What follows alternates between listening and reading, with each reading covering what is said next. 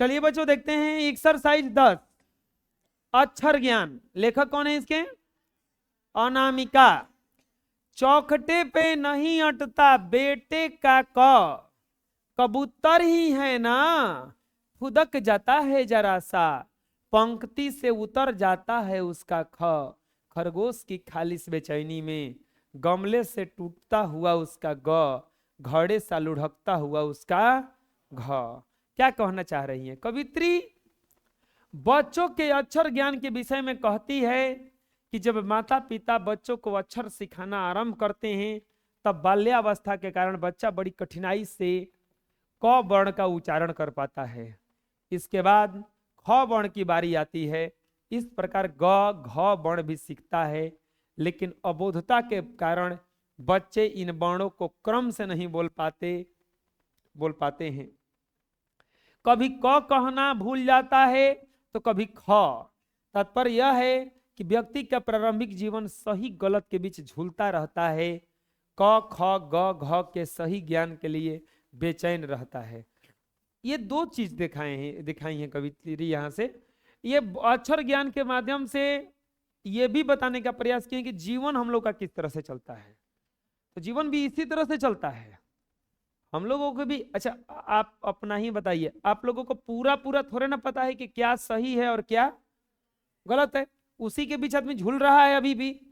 वही बड़े बुजुर्ग जो होंगे चाहे पापा होंगे वो सब ज्यादा वो जानते होंगे कि क्या सही है और क्या गलत है। तो वैसा ही होता है क ख ग घ में भी। सीखता बच्चा है, उसको लगता है कि नहीं ये नहीं होना चाहिए था, ये सही होना चाहिए था, क्रम यही सही है। कभी कभी ऐसा भी होता है कि घरे कुछ निर्णय लिया जाता हो तो लगता ना यही सही नहीं था ये सही था, लेकिन वो जानते हैं कि क्या सही है। तो ऐसा ही होता है, कभी क भूल जाता है कभी ग भूल जाता है। जैसे पहाड़ा पढ़ाते वक्त दो दो दूनी के 4 दो तिहाई 6 दो चौ के 10 बोल देता है 8 के जगह पे। तो एक भूलापन है, एक बच्चापन है, उसके कारण वो बारी आता है। यानी कि क्रम नहीं बोल पाना कोई बड़ा नहीं है। प्रारंभिक जीवन में सही गलत के बीच आदमी झूलता ही रहता है, जैसे एक छोटा सा बच्चा सीखने की नम्रत कोशिश में सब कुछ भूल जाता है और फिर सही ज्ञान के लिए बेचैनो रहता है। क्योंकि 1 घंटा 1.5 घंटा अगर क्लास चलेगा तो 2 घंटा तक पढ़ाया जाएगा, फिर ओकरा के भूलना है तो फिर दूधर जबड़ मार के डांट के फिर बोला फिर से बोल। वैसे ही अंग पर आकर थमक जाता है। क्यों थमक जाता है? उससे नहीं सधता है अंग। अंग के ड को वह समझता है मां और उसके बगल में बिंदु को सम्मानता है गोदी में बैठा बेटा। कवित्री कहती हैं कि अक्षर ज्ञान की प्रारंभिक शिक्षा पाने वाला बच्चा क के पंचमा अक्षर अंग को वह ट वर्ग का ड और अनुस्वार को गोदी में बैठा बेटा मान लेता है। तात्पर्य यह है कि ड वर्ण का उच्चारण मूर्धा से होता है और अनुस्वार वर्ण का उच्चारण नाक से। बच्चा को लगता है कि ड वर्ण के आगे अनुस्वार के लगने के कारण अंग बन गया है उसको लगता है कि इसके आगे खाली। माँ बेटे को गोदी में बैठाकर अक्षर ज्ञान की शिक्षा देती है। उसी प्रकार ड वर्ण अपनी गोदी में अनुस्वार वर्ण को बैठाकर अंग बना देता है। उसको लग रहा है कि जैसे मम्मी चाहे कोई उसको पास में बैठा करके वर्ण सिखा रहा है, वैसे ही लग रहा है कि ये अलग है, ई यहाँ पे बैठ गया है, यही के कारण इसका क्या बन गया है अंग। प्रश्न इसी से आता है कि बेटे जो लड़का है बच्चा है वो अंग के बिंदु को क्या समझता है? तो उसका बेटा समझता है जो उसकी ड के गोद में बैठा हुआ है। माँ बेटे सधते नहीं उससे और उन्हें लिख लेने की अनवरत कोशिश में उसके आ जाते हैं आंसू। पहली विफलता के छलके ये आंसू हैं शायद प्रथमा अक्षर सृष्टि की विकास कथा के। कवित्री कहती हैं कि बच्चा अंग वर्ण नहीं बोल उच्चारण नहीं कर पाता है, वह बार बार लिखता है ताकि उसका सही सही उच्चारण कर सके, लेकिन अपने उच्चारण करने में असमर्थ जानकर रो पड़ता है। तात्पर्य यह है कि अक्षर ज्ञान जीवन की विकास कथा का प्रस्तुत सोपान है। मतलब वो वहां से चालू करता है, जब उसे लगता है कि हमसे नहीं हो पाएगा, हमसे नहीं लिख पा रहे हैं तो बैठ के वो क्या करने लगता है? रोने लगता है। यहीं से एक विकास कथा शुरू होती है। चलिए देखते हैं पाठ के प्रश्न और उसके उत्तर। पहला प्रश्न, बेटे को आंसू कब आते हैं? बेटे के आंसू कब आते हैं? तो अक्षर अंगों का सही उच्चारण कर पाने के बाद, नहीं कर पाने के बाद, उच्चारण नहीं कर पाने के बाद बेटे के आंसू आते हैं। तात्पर्य यह है कि जब व्यक्ति जीवन की कठिनाइयों से जब ऊब जाता है और उसे लक्ष्य की प्राप्ति में संदेह जान पड़ता है, तब उसकी आंखों में क्या आ जाते हैं? आंसू आ जाते हैं। होता है ऐसा कि जब आपको लगेगा कि हमसे नहीं हो पाएगा, तब वो बैठ कर रोने लगता है आदमी कि अब लगता है हमारा सब कुछ खत्म हो गया, हम नहीं कर पाएंगे। तो बेटे को भी आंसू कब आता है? जब उसे अपने लक्ष्य की प्राप्ति में क्या जान पड़ता है? संदेह होने लगता है, वो लगता है उसको कि नहीं अब हमारा कुछ नहीं होने वाला है, तब उसके आंखों में क्या आ जाता है? आंसू। कविता में क का विवरण प्रस्तुत कीजिए। प्यारे बच्चों, कवित्री ने कविता में क का विवरण स्पष्ट करते हुए कहा है कि व्यंजन वर्णों में क प्रथमा अक्षर है, कहीं से शुरू होता है। इसका उच्चारण कंठ से होता है, क जो निकलता है अंदर से, कंठ से निकलता है।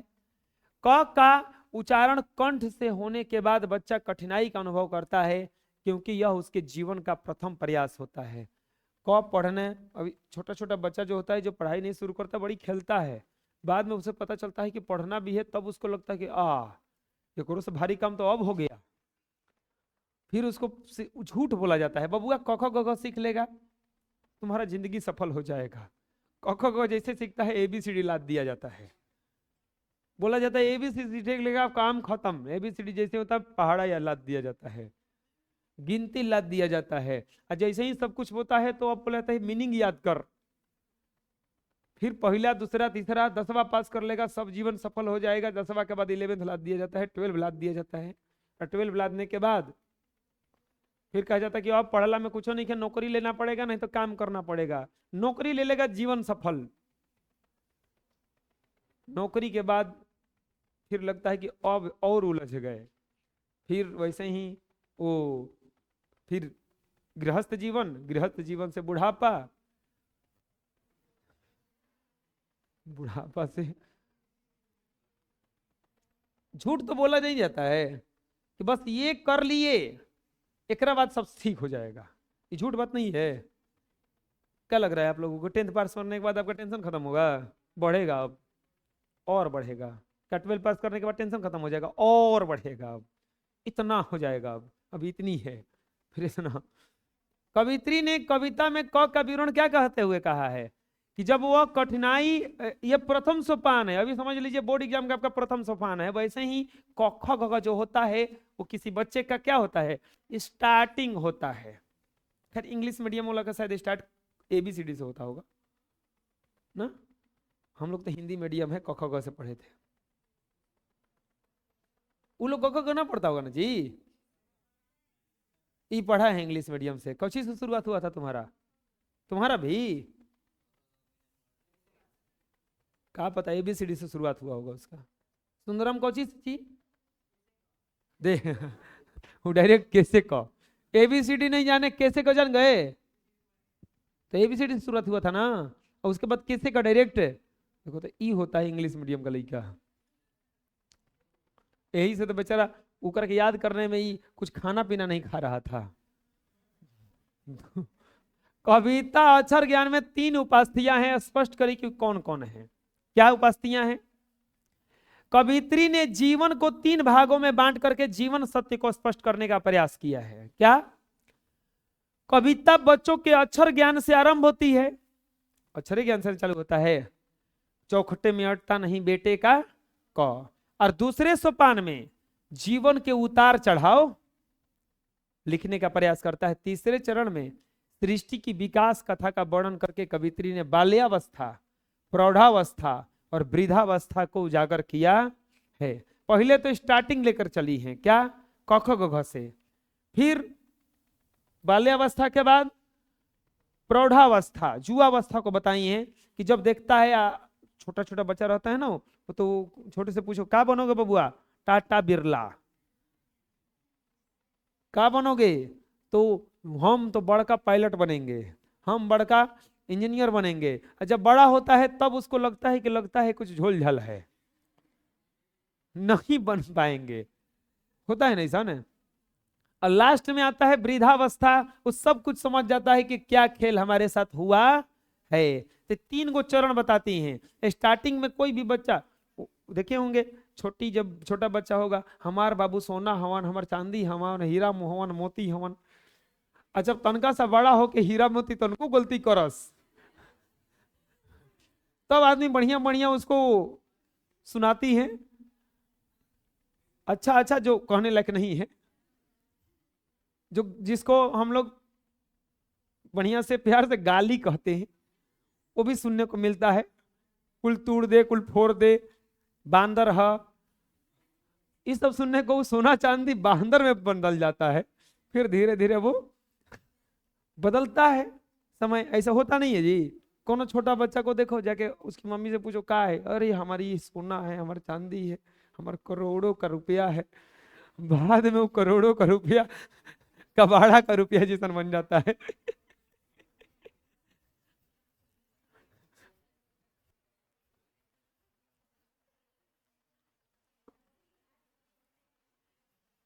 तीन को अवस्था बताई है, कौन कौन? बाल्यावस्था, प्रौढ़ावस्था और खालिश बेचैनी किसकी है और बेचैनी का अभिप्राय क्या है? खालिश बेचैनी खरगोश की है, क्योंकि खरगोश कबूतर के भय से आक्रांत है। क से कबूतर, ख से खरगोश। कबूतर खरगोश के बिठाओगे एक जगह तो खरगोश डराएगा नहीं, तो बेचैन है खरगोश। यहाँ बेचैनी का अभिप्राय जीवन में आने वाली कठिनाइयों से है। क से कबूतर सीखने के बाद ख से जब खरगोश लाइएगा तो पहिलका वाला शुरू कर देगा बेचैनी, नहीं तो ये भागने लगेगा। कभी कभी होता है कि ये वाला चीज करने में ये वाला छूट रहा है, ये वाला करने से ये वाला छूट रहा है। कवित्री इस बेचैनी के माध्यम से बताना चाहती है कि अनुकूल प्रयास से ही जीवन में सफलता मिलती है। इसीलिए व्यक्ति को हमेशा अपनी शक्ति और क्षमता के अनुसार लक्ष्य की प्राप्ति की अपेक्षा रखनी चाहिए, अन्यथा खरगोश की खालिश बेचैनी के समान छटपटाना पड़ेगा। अगर आप ढंग से लक्ष्य अपना निर्धारित नहीं करते हैं, अपना गोल सेट नहीं करते हैं, तो खरगोश जैसा बेचैन रहिएगा, कुछ होगा नहीं। बेटे के लिए अंग का है और क्यों क्या है? तो बेटे के लिए अंग माँ और बेटा है, क्योंकि अंग के ड को वह माँ समझता है और अंग के आगे लगे अनुस्वार को वह गोदी में बैठा बेटा। वह समझता है कि माँ बेटे अर्थात ड और अनुस्वार से अंग बण बनता। वो समझता है कि अंग बनता ही है दो चीज से। कविता अक्षर ज्ञान किस तरह के संतावना और आशा जगाती है? कविता अक्षर ज्ञान संतावना और आशा जगाती है कि मानव प्रयास से सृष्टि का विकास सरल और आसान हो जाता है। विफलता के बाद ही मनुष्य का चिंतनशील होता है, उसके कुछ और अधिक सोचने पर मजबूर होना पड़ता है, जो उसके बौद्धिक विकास में सहायक होता है। यह एक संतावना और आशा जगाती है कि विफलता के बाद ही सफलता का रूप विकसित होता। विफलता जब जैसे जैसे आता है, जितना ठोकर लगेगा उतना ही आप ढंग से चलना सीखिएगा।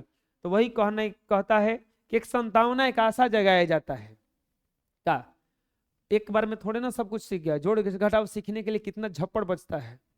एक बार में थोड़े ना कैसन कि एक बार सर जी बताए हम तो बनाने लगे, घटाओ बनाने लगे, गुणों बनाने लगे। अक्षर ज्ञान की कविता का सारांश लिखिए। अबोध बालक हिंदी वर्णमाला के अक्षरों के लिखने की कोशिश करता है।